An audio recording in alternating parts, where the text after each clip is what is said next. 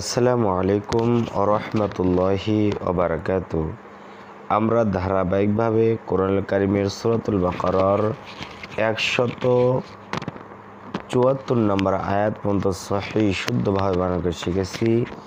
এবার আমরা 75 এবং 76 নম্বর আয়াত সহিহ শুদ্ধভাবে বানান করে শিখব ইনশাআল্লাহ। আর আপনি যদি আমার চ্যানেলে নতুন হয়ে থাকেন তাহলে অবশ্যই আমার চ্যানেলটি সাবস্ক্রাইব করবেন এবং একটি লাইক করবেন। আর আপনি যদি হোয়াটসঅ্যাপে অথবা ইমোতে কোরআন শিখতে চান তাহলে অবশ্যই আমার এই ভিডিওতে SMS করবেন, ইনশাআল্লাহ আমি আপনাকে পড়ানোর চেষ্টা করব। আউযু বিল্লাহি মিনাশ শাইতানির রাজিম। বিসমিল্লাহির রহমানির রহিম।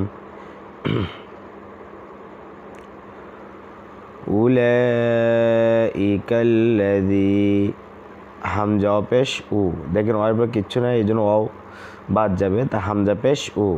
লাম খারা জবর লা, মধ্যে মুত্তাসিল চার আলিফ টান। যদি কোনো হরফের উপরে মোটা চিহ্ন বামে গোল হামজা থাকে সেক্ষেত্রে সেখানে আমরা চার আলিফ টেনে পড়বো। তাহলে লা আমরা চার আলিফ টেনে পড়বো, তাহলে বলবো উলা, হামজাজের ই, কাফ লাম জবর কাল, উলাইকাল, উলাইকাল, লাম জবর লা, জালিয়াজের জি, জেরের বাম পাশে জজমলা ইয়া এক আলিফ টান। তাহলে আমরা জিটাকে এক আলিফ টেনে পড়বো, তাহলে বলবো উলাইকাল্লাযী,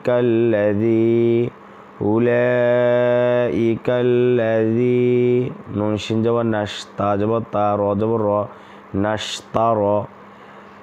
এখানে দেখুন দুইটা, এখানে আছে একটা চিহ্ন, সেটা হলো কি তিন দালার চিহ্ন, আর একে বলে তাসদিদ। তাসদিদ যে হরফ থাকবে সে হরফ দুইবার উচ্চারণ করতে হবে। আর এখানে দেখতেছেন পেশের মতো করে, কিন্তু এটা পেশ না। দেখুন পেশের মাথা বেশি গোল থাকে কিন্তু এটা মাথা বেশি গোল না, তাহলে এটা জজম।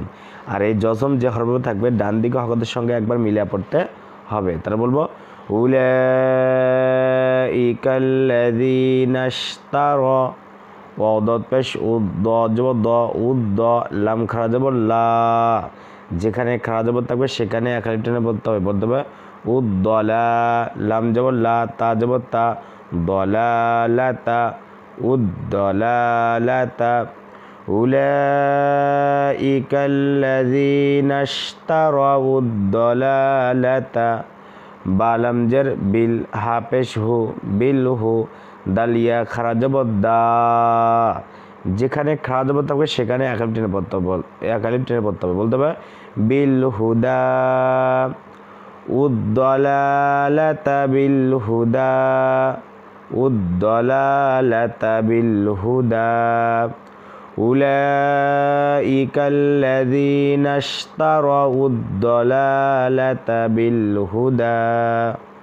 ওয়াও দা লামকে ধরবে, ওয়াও লাম জবর ওয়াল, আইন জবর আ, ওয়াল আ, জাল আলিফ জবর জা, জবরের বাম পাশে খালি আলিফ এক আলিফ টান। তাহলে বলবো ওয়াল আযা, বা জবর বা, ওয়াল আযাবা, ওয়াল আযাবা, জা এক আলিফ, জবরের বাম পাশে খালি আলিফ, তাহলে এক আলিফ টেনে পড়তে হবে।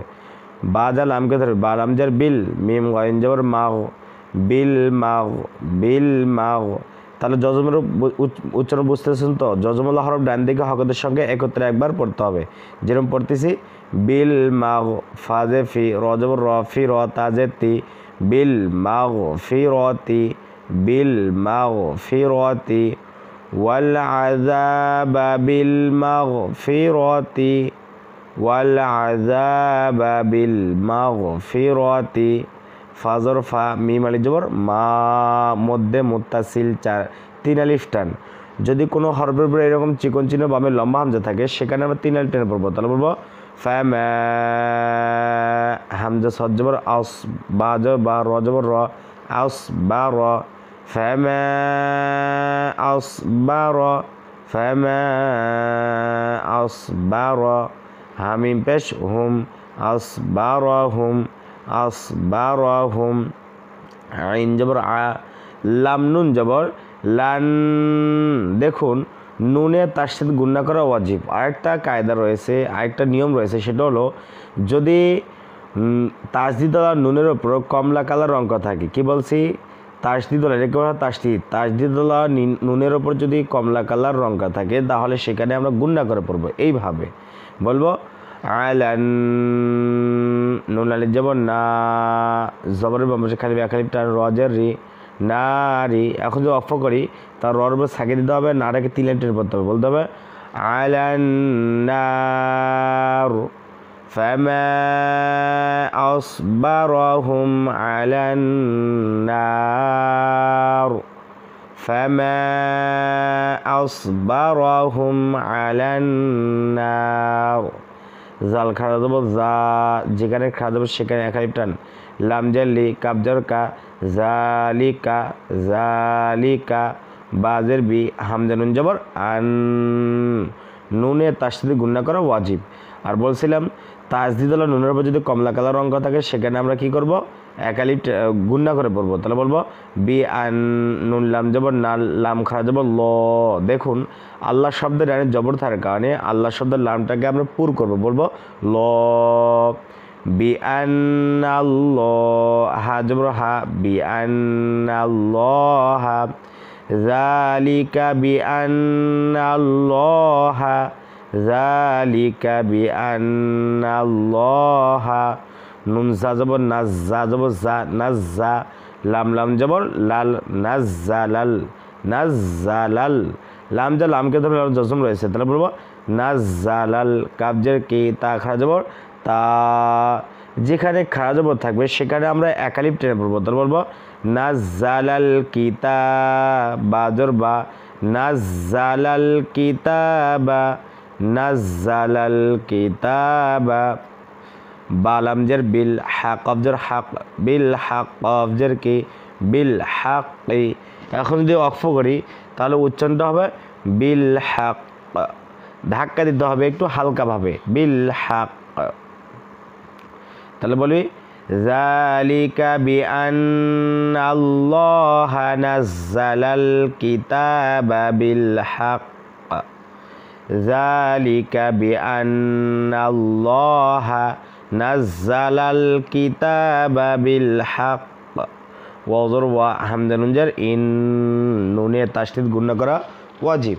আরেকটা বলছিলাম যে যদি নুনে তাসদিদ নুনের উপর যদি কমলা কালার অঙ্ক থাকে সেখানে গুণনা করে পড়বো, তাহলে বলবো ওয়া ইন, নুন লাম জবর নাল, ওয়া ইন নাল, লাম জবর লা, জালিয়া যে জি, জেরের বাবা জুমলা ইয়া কালিফ টান, ওয়া ইন্নাল্লাযী, ওয়া ইন্নাল্লাযী, নুন খা জবর নাখ, তা জবর তা, নাখতা, লাম জবর লা, নাখতালা, ফা ওয়াও পেশ ফু, পেশের বাম পাশ জজমলা ওয়াও এক আলিফ টান, তাহলে বলবো ওয়া ইন্নাল্লাযীনা ইখতালাফু, ওয়া ইন্নাল্লাযীনা ইখতালাফু। ফালামজের ফিল, কাবজের কি, ফিল কি, তা খাড়া জবর তা, বাজের বি, ফিল কিতাবি, তা এক আলিফ টেনে পড়বো, যেখানে খাড়া জবর থাকবে সেখানে আমরা এক আলিফ টেনে পড়বো, তাহলে বলবো ফিল কিতাবি।